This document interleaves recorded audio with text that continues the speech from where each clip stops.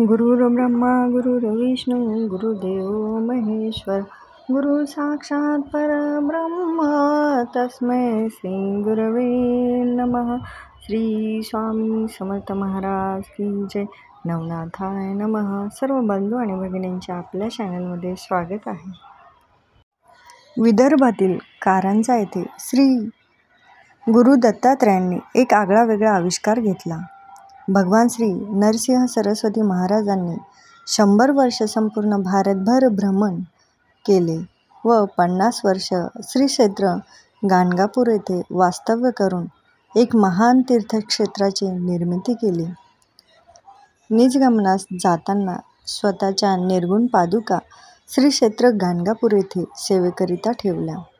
या काळापासूनच परकीय सत्तांचा ऱ्हास झाला। भगवंताचा हा अवतार 150 वर्ष कार्यरत होता।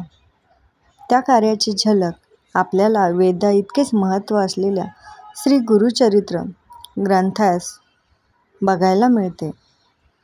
माघ वैद्य 1 ला श्री नरसिंह सरस्वती महाराजांनी श्रीशैल्य गमन केले व गुप्त रूपाने कार्य चालू ठेवले। या दिवशी महाराजांचे श्रीशैल्य गमनाचा उत्सव साजरा केला जातो। तो उत्सव कसा साजरा करायचा ते आज आपण बघूया। या दिवशी सकाळी दत्त महाराज व श्री स्वामी समर्थ महाराज यांच्यामध्ये श्री नरसिंह सरस्वती महाराजांचा फोटो ठेवावा। त्यांना गंध अक्षदा धूप दीप दाखवून घ्यावे।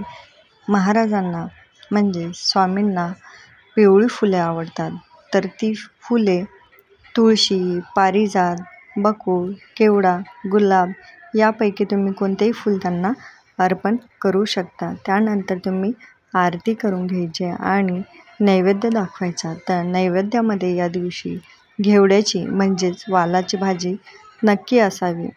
आपला नैवेद्य झाल्याच्या नंतर